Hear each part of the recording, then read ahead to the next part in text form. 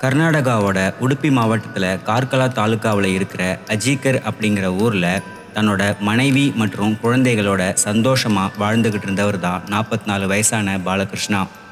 இவர் கார்கலா டவுனில் இருக்கிற ஒரு காலேஜில் கேண்டீன் நடத்திக்கிட்டு இருந்தார். இப்படி இவரோட வாழ்க்கை எந்த பிரச்சனையுமே இல்லாமல் தான் போயிட்டு இருந்துச்சு. இந்த நிலையில் கடந்த 2024 செப்டம்பர் மாதம் இவரோட உடல்நிலையில் திடீர்னு ஒரு சில பாதிப்புகள் ஏற்பட்டுச்சு. வாந்தி, மயக்கம், உடல் சோர்வு அப்படின்னு மோசமானதாக மாறுச்சு. இவருக்கு ஏன் இப்படி உடல்நிலை பாதிப்பு ஏற்படுதுன்னு காரணம் கண்டுபிடிக்க முடியாம பல ஹாஸ்பிட்டலுக்கு இவங்க குடும்பத்தினர் இவரை கூப்பிட்டு போய் சிகிச்சை கொடுத்தாங்க. ஆனா எங்கேயுமே இவரோட உடல் பாதிப்புகளை குணப்படுத்தவே முடியல. கடைசியா பெங்களூர்ல இருக்கிற national institute of mental health and neuro science அப்படிங்கிற ஹாஸ்பிட்டல்ல பாலகிருஷ்ணாவை அட்மிட் பண்ணி அவருக்கு ட்ரீட்மெண்ட் ஆரம்பிச்சாங்க. எல்லாரும் எதிர்பார்த்தபடியே பாலகிருஷ்ணாவோட உடல்நிலையில முன்னேற்றம் ஏற்பட்டுச்சு. கொஞ்சம் கொஞ்சமா பாலகிருஷ்ணா குணமடைஞ்சாரு. அவரோட சொந்த ஊர்ல இருந்து பெங்களூர் சுமார் 380 கிலோமீட்டர் தொலைவில் இருந்ததால அவர் ஹாஸ்பிட்டல்ல இருந்த அந்த அத்தனை நாட்களுமே அவரோட மச்சானான சந்தீப் அப்படிங்கிறவர் தான் கூடவே இருந்து கவனிச்சுக்கிட்டாரு. இந்த நிலையில 2024 அக்டோபர் 19 அன்னைக்கு பாலகிருஷ்ணா அந்த ஹாஸ்பிட்டல்ல இருந்து டிஸ்சார்ஜ் ஆனாரு. ஹாஸ்பிட்டல்ல இருந்து சுமார் 21 நாட்களுக்கு அப்புறம் வீட்டுக்கு போக போறோம் அப்படிங்கிற மகிழ்ச்சியில பாலகிருஷ்ணாவும் சந்தீப்பும் இருந்தாங்க. அந்த ஹாஸ்பிட்டலில் இருந்து அவங்களோட சொந்த ஊர் போக ஒரு காரை புக் பண்ணி சுமார் 10 மணி நேரம் டிராவல் பண்ணி இரவு 8 மணி அளவில் அவங்க பாலகிருஷ்ணாவோட வீட்டுக்கு வந்தாங்க. அன்னைக்கு பாலகிருஷ்ணாவுடைய உறவினர்கள் பல பேர் அவரை வந்து பார்த்து இரவு 11 மணி வரைக்கும் எல்லாருமே அங்கே தான் பேசிக்கிட்டு இருந்தாங்க. இதுக்கப்புறமா நேரம் ஆயிடுச்சு அப்படின்னு சந்தீப் உட்பட அங்கே இருந்த உறவினர்கள் எல்லாருமே அவங்க வீட்டுக்கு போனாங்க. சந்தீப் அங்கே இருந்து கிளம்புனதுல இருந்து வீட்டுக்கு வந்ததுக்கு அப்புறம் சுமார் 3 மணி நேரம் கழித்து அவருக்கு ஒரு ஃபோன் கால் வந்துச்சு. அதில் தூங்கிட்டு இருந்த பாலகிருஷ்ணாவோட உடம்புல எந்த ஒரு அசைவுமே இல்லை, மூச்சு கூட அவர் விடமாட்டாரு அப்படின்னு அவரோட குடும்பத்தினர் சார்பாக ஒரு தகவல் சந்தீப்புக்கு கொடுக்கப்பட்டுச்சு. உடனடியாக பதறி அடிச்சுக்கிட்டு பாலகிருஷ்ணாவோட வீட்டுக்கு வந்த சந்தீப் பாலகிருஷ்ணாவை பல முறை தட்டி எழுப்பி பார்த்தாரு. ஆனால் அவரோட உடலில் எந்த ஒரு அசைவும் இல்லை.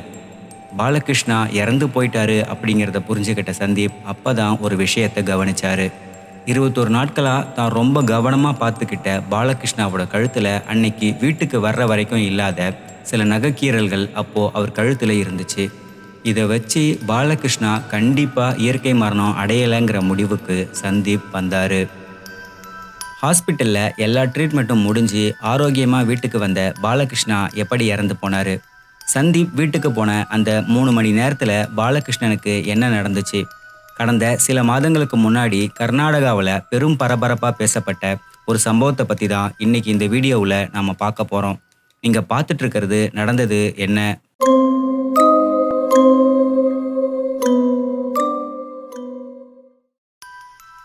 ஹாஸ்பிட்டலில் இருந்த அந்த 21 நாட்களுமே சந்தீப் மட்டுமே பாலகிருஷ்ணாவோட பக்கத்தில் இருந்ததால் அவருக்கு எந்த மாதிரியான சிகிச்சைகள் கொடுக்கப்பட்டுச்சு, அவர் எந்த அளவுக்கு பூரணமாக குணமாயிருக்காரு அப்படிங்கிற தகவல்கள் சந்தீப்பை தவிர மற்ற எல்லாருக்குமே அந்த அளவுக்கு தெரியாம தான் இருந்துச்சு. இதனால அவங்க எல்லாருமே என்ன நினைச்சாங்கன்னா, ட்ரீட்மெண்ட் சரியாக கொடுக்கப்படலை, மருந்து வேலைக்கு ஆகலை, அதனால ஏதோ ஒரு பிரச்சனை ஏற்பட்டு பாலகிருஷ்ணா ஹார்ட் அட்டாக்கோ இல்லை வலிப்போ வந்து இறந்து போயிட்டாரு அப்படின்னு தான் அவங்க குடும்பத்தினர் எல்லாருமே நினைச்சாங்க. ஆனால் ஹாஸ்பிட்டலில் அவருக்கு எந்த அளவுக்கு சிறப்பான ட்ரீட்மெண்ட் கொடுக்கப்பட்டுச்சு அப்படிங்கிறது சந்தீப்புக்கு நல்லாவே தெரியும். அதனால் அவரோட ட்ரீட்மெண்ட்டுக்கும் இந்த இறப்புக்கும் எந்த சம்மந்தமும் இல்லை அப்படிங்கிறதுல சந்தீப் உறுதியாக இருந்தார். மேலும் பாலகிருஷ்ணாவோட கழுத்தில் இருந்த ஒரு சில நகைக்கீறல்கள் தான் சந்தீப்புக்கு இந்த மரணத்தில் ஒரு சந்தேகத்தை ஏற்படுத்துச்சு. இதனால் உடனடியாக சந்தீப் பக்கத்தில் இருந்த அஜீக்கர் பகுதி போலீஸ் ஸ்டேஷனுக்கு போய் நடந்த விஷயங்களை சொல்லி பாலகிருஷ்ணாவோட உடலை போஸ்ட்மார்ட்டம் பண்ணணும், அவரோட இறப்புல மர்மம் இருக்கு, அதனால எல்லாரையும் நீங்க விசாரிக்கணும் அப்படின்னு புகார் கொடுத்தாரு. இதை தொடர்ந்து பாலகிருஷ்ணாவோட வீட்டுக்கு வந்த போலீஸ் அவரோட உடலை கைப்பற்றி பிரேத பரிசோதனைக்கு அனுப்பி வச்சாங்க. அதுக்கப்புறம் பாலகிருஷ்ணா யாரு, அவரோட பேக்ரவுண்ட் என்ன அப்படிங்கிற எல்லாத்தையும் விசாரணை பண்ண ஆரம்பிச்சாங்க. இந்த பாலகிருஷ்ணா இறந்து போகிறதுக்கு ஒரு வருஷத்துக்கு முன்னாடி தான் 2023 நவம்பரில் புதுசாக வீடு கட்டி கிரகப்பிரவேசம் பண்ணி குடியேறியிருக்காரு. சுமார் 18 வருஷத்துக்கு முன்னாடி திருமணமான இவர் ஆரம்பத்தில் தன்னோட மனைவி, ஒரு மகன் மற்றும் மகளோட மும்பையில் தான் வாழ்ந்துக்கிட்டு இருந்திருக்காரு. கேண்டீன் தொழில் நடத்துறதுக்கு முன்னாடி மும்பையில் ஒரு பெரிய ஹோட்டலில் இவர் மேனேஜராக வேலை செஞ்சார். எப்படி கொரோனா டைம்ல நிறைய பேரோட வாழ்க்கை திருப்பங்கள் நிறைஞ்சதா இருந்துச்சோ, அதே மாதிரி தான் பாலகிருஷ்ணாவோட வேலையும் பறிபோகி அவர் சொந்த ஊருக்கே வந்து பக்கத்துல கார்காலா டவுன்ல இருக்கிற ஒரு காலேஜ்ல கேண்டீன் தொடங்கினாரு. ஆரம்பத்துல இவரோட இந்த பிசினஸ் சரியா ஒர்க் அவுட் ஆகல அப்படின்னாலும் போக போக அந்த பிசினஸ் இவருக்கு நல்லாவே டெவலப் ஆச்சு. இப்படி எந்த ஒரு பிரச்சனையுமே இல்லாம போயிட்டு இருந்த சமயத்துல தான் ஏற்கனவே இன்டர்வியூல சொல்லியிருந்த மாதிரி இவருக்கு உடல்நிலை சரியில்லாம போனதும், அதுக்கப்புறம் பல மருத்துவமனைகள் அலைஞ்சு கடைசியா பெங்களூர்ல இருக்கிற national institute of mental health and neuro science அப்படிங்கிற ஹாஸ்பிட்டல்ல சுமார் 21 நாட்கள் ட்ரீட்மெண்ட்ல குணமாகி வீட்டுக்கு வந்து மர்மமான முறையில உயிரிழந்த சம்பவங்களும் நடந்துச்சு. முதல் கட்டமா பாலகிருஷ்ணாவோட மனைவி பிரதிமா கிட்ட பண்ண விசாரணையில அவங்க என்ன சொல்லியிருந்தாங்கன்னா, பாலகிருஷ்ணா ரொம்ப நாளா ஹாஸ்பிட்டல்ல இருந்ததால அவர் வீட்டுல நல்லா ரெஸ்ட் எடுக்கணும் அப்படின்னு வீட்டுல இருந்த எல்லாரையும் நான் தான் அனுப்பி வச்சேன். வீட்டில் அவரும் நானும் மட்டும்தான் தூங்கிட்டு இருந்தோம். இந்த நிலையில் 1:30 மணி அளவில் தண்ணி குடிக்கிறதுக்காக நான் எழுந்து கிச்சனுக்கு போய் தண்ணி குடிச்சிட்டு வந்தேன். அப்போது என்னோட வீட்டுக்காரருக்கும் ஒரு வாட்டர் பாட்டிலில் தண்ணி எடுத்துகிட்டு வந்தேன். அவருக்கு தண்ணி கொடுக்கலாம்னு எழுப்பினப்போ அவர் உடலில் எந்த ஒரு அசைவுமே இல்லை. அவர் மூச்சம் விடலைன்னு தெரிஞ்சு பதறி போய் உடனடியாக எங்கள் சொந்தக்காரங்க எல்லாருக்கும் ஃபோன் பண்ணி வர வச்சுட்டேன் அப்படின்னு சொல்லி அழுதுருக்காங்க. மேலும் பாலகிருஷ்ணாவோட உறவினர்களில் ஒருத்தரான அவரோட அத்தை ஒருத்தங்க என்ன சொல்லியிருந்தாங்கன்னா, அவன் உடம்பு சரியில்லாமல் இங்கே பக்கத்தில் இருந்த ஹாஸ்பிட்டலுக்கு அலைஞ்சப்போ நான் தான் அவன் கூட போய் அவனை பார்த்துக்கிட்டேன். அவனோட துணிகளை துவைக்கிறது, சாப்பாடு செஞ்சு கொடுக்கறது அப்படின்னு நான் தான் எல்லா வேலைகளையும் செஞ்சேன். ஆனால் அந்த சமயத்தில் கூட அவனோட மனைவி அவனை கவனிக்கவே இல்லை. எப்போ பார்த்தாலும் ஃபோனை தான் நோண்டிக்கிட்டே இருப்பா அப்படின்னு சொன்னாங்க. உண்மையிலேயே பாலகிருஷ்ணா கொலை தான் செய்யப்பட்டாரா இல்லை உடல்நல பிரச்சனையால தான் இறந்து போனாரா அப்படின்னு உறுதியாக தெரியாத சூழ்நிலையில் 4 நாட்களுக்கு அப்புறமா பாலகிருஷ்ணாவோட பிரேத பரிசோதனை அறிக்கை போலீஸ்கிட்ட ஒப்படைக்கப்பட்டுச்சு. அந்த போஸ்ட்மார்ட்டம் ரிப்போர்ட்டை பார்த்த போலீஸுக்கு ஒரு மிகப்பெரிய அதிர்ச்சி காத்திருந்துச்சு. ஆனால் இந்த போஸ்ட்மார்ட்டம் ரிப்போர்ட்டுக்கு முன்னாடியே போலீஸுக்கு கிடைச்ச ஒரு ஆடியோ ஃபைல் தான் இந்த சம்பவத்தில் பாலகிருஷ்ணாவை கொலை செய்யறதுக்கான ஏற்பாடுகள் 2 மாசத்துக்கு முன்னாடியே ஆரம்பிக்கப்பட்டிருக்கு அப்படிங்கிறதையும் அந்த திட்டத்தை தீட்டினது யாருங்கிறதையும் போலீஸுக்கு தெரியப்படுத்துச்சு. போலீஸுக்கு கிடைச்ச அந்த ஆடியோ ஃபைலை அவங்களுக்கு அனுப்புனது பாலகிருஷ்ணாவோட மச்சான் சந்தீப் தான். அவருக்கு பாலகிருஷ்ணாவோட இறப்புக்கும் அவங்க மனைவிக்கும் ஏதோ சம்பந்தம் இருக்கு அப்படிங்கிற எண்ணம் வலுவா மனசுல ஓடிக்கிட்டே இருந்திருக்கு. இதனால தன்னோட கூட பிறந்த தங்கச்சியான பாலகிருஷ்ணாவோட மனைவி பிரதிமா கிட்ட போய் என்ன நடந்துச்சு அப்படின்னு மெதுவா பேச்சு கொடுத்து கேட்டிருக்காரு. சந்தீப் தன்னோட அண்ணன் தானே, அவர்கிட்ட நடந்த விஷயங்களை சொன்னா மனசுல இருக்கிற பாரம் குறைஞ்சு போயிடும் அப்படிங்கிற எண்ணத்துல பிரதிமாவும் நடந்த விஷயங்களை சொன்னாங்க. ஆனா அவங்க சொன்ன விஷயங்கள் எல்லாமே சந்தீப்பை ரொம்ப கோபம் அடைய வச்சுது. பிரதிமா சந்தீப் கிட்ட என்ன சொன்னாங்கங்கிறத பிரதிமா பத்தின அறிமுகத்துல இருந்தே பார்க்கலாம்.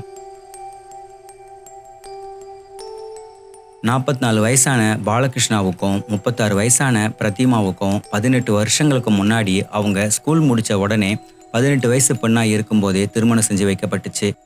ஆனாலும் இவங்களோட திருமண வாழ்க்கையில் எந்த ஒரு பிரச்சனையுமே இல்லாமல் தன்னோட மகன் மற்றும் மகளோட மும்பையில் ஒரு திருப்திகரமான வாழ்க்கையை தான் வாழ்ந்தாங்க. கொரோனாவுக்கு அப்புறம் சொந்த ஊருக்கு வந்து கேண்டீன் நடத்தினப்போ ஃபினான்ஷியலாக இவங்க கொஞ்சம் கஷ்டப்பட்டுக்கிட்டு தான் இருந்தாங்க. இதனால் தன்னோட கணவருக்கு உதவியாக இருக்கணும்னு பிரதிமா ஒரு பியூட்டிஷியன் கோர்ஸ் ஜாயின் பண்ணாங்க.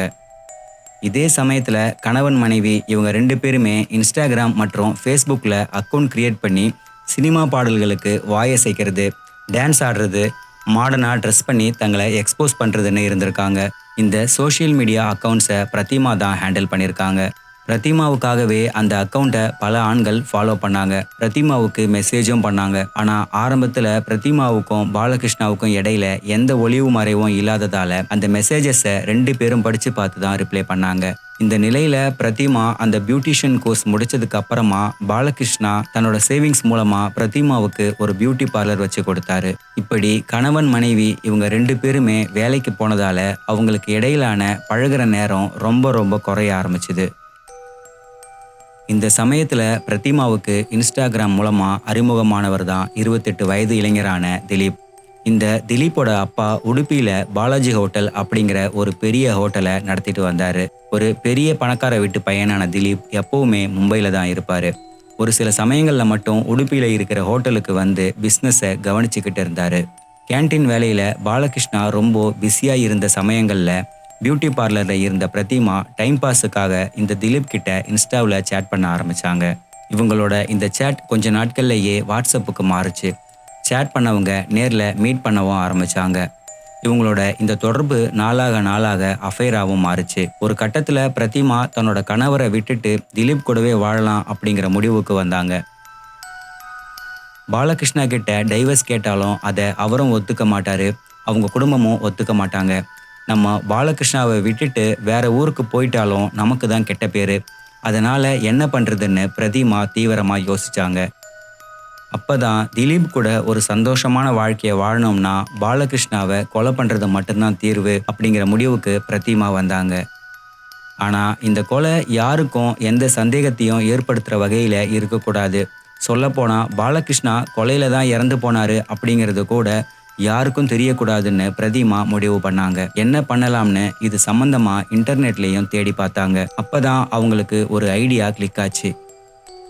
ஒரு குறிப்பிட்ட கெமிக்கல் காம்பவுண்டை சாப்பாட்லேயோ தண்ணியிலையோ கலந்து கொடுத்துட்டா அதை சாப்பிட்றவங்களோட உடல்நிலை கொஞ்சம் கொஞ்சமாக பாதிக்கப்பட்டு அதுக்கு அவ்வளோ ஈஸியில் ட்ரீட்மெண்ட்டும் கொடுக்க முடியாமல் பாதிக்கப்பட்ட நபர் குறிப்பிட்ட கால அளவில் இறந்து போயிடுவாங்க அப்படிங்கிற ஒரு தகவலை பிரதிமாவும் திலீப்பும் தெரிஞ்சுக்கிட்டாங்க. அதனால் இந்த திலீப் ஒரு மெடிக்கல் ஸ்டூடெண்ட் மாதிரி ஐடி கார்டெலாம் ரெடி பண்ணி ஒரு கெமிக்கல் ஸ்டோரில் இருந்து அந்த கெமிக்கலை வாங்கி வந்திருக்கான். அந்த கெமிக்கலை தன்னோட காதலியான பிரதிமா கிட்ட கொடுத்ததுக்கு அப்புறமா பிரதிமாவும் அதை சாப்பாட்லையும் தண்ணியிலையும் கலந்து கொஞ்சம் கொஞ்சமா பாலகிருஷ்ணாவுக்கு கொடுத்துருக்காங்க. இதனால தான் பாலகிருஷ்ணாவுக்கு காரணமே இல்லாம திடீர்னு உடல்நல பிரச்சனைகள் ஏற்பட்டுச்சு. என்னதான் இப்படி உடல் உபாதைகள் ஏற்பட்டாலும் யாரும் பாலகிருஷ்ணாவை இந்த ஊரை தாண்டி வெளியூருக்கெல்லாம் ட்ரீட்மெண்ட்டுக்காக கூட்டு போக மாட்டாங்க அப்படின்னு தான் பிரதிமா ஒரு கணக்கு போட்டு வச்சிருந்தாங்க. அவங்க எதிர்பார்த்த மாதிரியே பக்கத்துல இருக்கிற ஒரு சில ஊர்களுக்கு போயும் பாலகிருஷ்ணாவோட உடல்ல எந்த ஒரு முன்னேற்றமுமே ஏற்படாம இருந்துச்சு. இதனால கொஞ்ச நாட்கள்லேயே பாலகிருஷ்ணா இறந்து போயிடுவாரு அப்படின்னு ஒரு எதிர்பார்ப்புல தான் பிரதிமாவும் திலீப் போயிருந்திருக்காங்க. ஆனால் பெங்களூருக்கு போய் ட்ரீட்மெண்ட் எடுத்ததுக்கு அப்புறமா அவரோட உடல்நிலை எல்லாமே சரியாகி அவர் முழுசாக குணமடைஞ்சிட்டாரு அப்படிங்கிற விஷயத்த அவங்களால ஏற்றுக்கவே முடியலை. இந்த நிலையில தான் பிரதிமாவும் திலீப்பும் பிளான் பியை கையில் எடுத்தாங்க. அதன் அடிப்படையில் 2024 அக்டோபர் 19 அன்னைக்கு பாலகிருஷ்ணா வீட்டுக்கு வந்த அன்னைக்கு அவரை பார்த்துட்டு எல்லாருமே வீட்டை விட்டு போனதும் தன்னோட மகன் மகளையும் தன்னோட உறவினர்கள் வீட்டில் தூங்க சொல்லி அனுப்பியிருக்காங்க பிரதிமா. இதுக்கப்புறமா இப்போ நீ வீட்டுக்கு வா அப்படின்னு திலீப்புக்கு பிரதிமா ஃபோன் பண்ணி வர சொல்லியிருக்காங்க. இதை தொடர்ந்து உடனடியாக பாலகிருஷ்ணாவோட வீட்டில் இருந்து சுமார் 100 மீட்டருக்கு முன்னாடியே தன்னோட பைக்கை நிறுத்திட்டு திலீப் பாலகிருஷ்ணாவோட வீட்டுக்கு நள்ளிரவு 1 மணி அளவில் போனார். அங்கே போனதும் பிரதிமா சந்தீப் கையில் ஒரு தலைக்காணியை கொடுத்து தூங்கிட்டு இருந்த பாலகிருஷ்ணாவோட முகத்தில் வச்சு அமுக்க சொல்லியிருக்காங்க. திலீப்பும் பாலகிருஷ்ணாவோட முகத்தில் தலைக்காணியை வச்சு அமுக்கியிருக்காரு. அப்படி அமுக்கும்போது பதறிப்போன பாலகிருஷ்ணா அதில் இருந்து தப்பிக்கிறதுக்காக சுதாரிச்சு எழும்ப முயற்சி பண்ணியிருக்காரு. அப்போதான் பாலகிருஷ்ணாவோட கழுத்தில் ஒரு சில நகைக்கீறல்கள் ஏற்பட்டிருக்கு. அதே சமயத்தில் பாலகிருஷ்ணா எழும்பிடாமல் இருக்க பிரதிமா அவரோட கால்களை இறுக்கமாக பிடிச்சிருக்காங்க. தலைகாணி வச்சு அமுக்கினதால மூச்சு முட்டி பாலகிருஷ்ணா கொஞ்ச நேரத்திலேயே துடிச்சு இறந்து போனார். பாலகிருஷ்ணா இறந்து போயிட்டாருன்னு உறுதியானதுக்கு அப்புறமா அவசரமா திலீப் அந்த வீட்டை விட்டு கிளம்பி போனாரு. இதை தொடர்ந்து திலீப் அந்த ஏரியாவை விட்டு போயிட்டாருன்னு கன்ஃபார்ம் பண்ணதுக்கு அப்புறமா பாலகிருஷ்ணாவோட குடும்பத்தாருக்கு பிரதிமா ஃபோன் பண்ணி அவர் உடல்ல எந்த ஒரு அசைவுமே இல்லை, மூச்சு பேச்சும் இல்லை, உடனே வாங்கன்னு ரொம்ப பதட்டமா விஷயத்த சொல்லியிருக்காங்க. இந்த விஷயங்கள் எல்லாத்தையும் பிரதிமா தன்னோட அண்ணன் சந்தீப் கிட்ட சொல்லும் போதே அது எல்லாத்தையும் சந்தீப் அவங்களுக்கு தெரியாம ரெக்கார்ட் பண்ணி வச்சிருக்காரு. பாலகிருஷ்ணா மேல அதிகமான பாசத்தை வச்சிருந்த சந்தீப் பிரதிமாவோட இந்த துரோகத்தை தாங்க முடியாம அந்த ரெக்கார்டிங்கை போலீஸுக்கு அனுப்பினாரு. 4 நாட்களுக்கு அப்புறம் வந்த போஸ்ட்மார்ட்டம் ரிப்போர்ட்லையும் அவர் உடம்புல ஒருவித ஸ்லோ பாய்சன் இருந்ததும் அவர் மூச்சு முட்டி கொலை செய்யப்பட்டு இறந்து போயிருக்காருங்கிறதும் கன்ஃபார்ம் ஆச்சு. இதை தொடர்ந்து அஜிகர் பகுதி போலீஸ் திலீப்பையும் பிரதிமாவையும் அரெஸ்ட் பண்ணி 2 பேருக்கும் எதிராக ஆதாரங்கள் எல்லாத்தையும் திரட்டி கோர்ட்ல சார்ஜ் ஷீட் ஃபைல் பண்ணி அவங்கள ஜெயிலில் அடைச்சாங்க. ஜெயிலில் அடைக்கப்பட்டதுக்கு அப்புறமா அவங்க 2 பேருமே தங்களுக்கு பெயில் வேணும்னு கோர்ட்ல ரொம்ப நாளாக முறையிட்டாங்க. ஆனால் அவங்களுக்கு பெயில் வழங்கப்படவே இல்லை. இந்த நிலையில அவங்க கைது செய்யப்பட்டு பல மாசங்களுக்கு அப்புறமா திலீப்புக்கு மட்டும் பெயில் வழங்கப்பட்டுச்சு. பிரதிமாவுக்கு ஒரு பெயில் கூட வழங்கப்படாம அவங்க ஜெயிலே தான் இருக்காங்க. இந்த வழக்கு இன்னமும் கோர்ட்ல நடந்துட்டு தான் இருக்கு. பிரதிமாவுக்கு திலீப்பை பிடிச்சு அவர் கூடவே வாழணும்னு முடிவு பண்ணியிருந்தா யாருக்கும் எந்த தொந்தரவையும் கொடுக்காம அவங்க திலீப் கூட தனியாவே போய் வாழ்ந்திருக்கலாம். ஆனால் திருமணம் ஆகி 18 வருஷம் கூட வாழ்ந்த கணவனை எப்படி கொலை பண்ணுறதுக்கு பிரதிமாவுக்கு மனசு வந்துச்சு அப்படிங்கிறது தான் அவங்கள நோக்கி பல பேர் வைக்கிற மிகப்பெரிய கேள்வியாக இருக்குது. இந்த வழக்கை பற்றி நீங்கள் என்ன நினைக்கிறீங்க அப்படின்னு கமெண்டில் சொல்லுங்கள். இதே மாதிரி இன்னொரு வீடியோவில் சந்திக்கலாம்.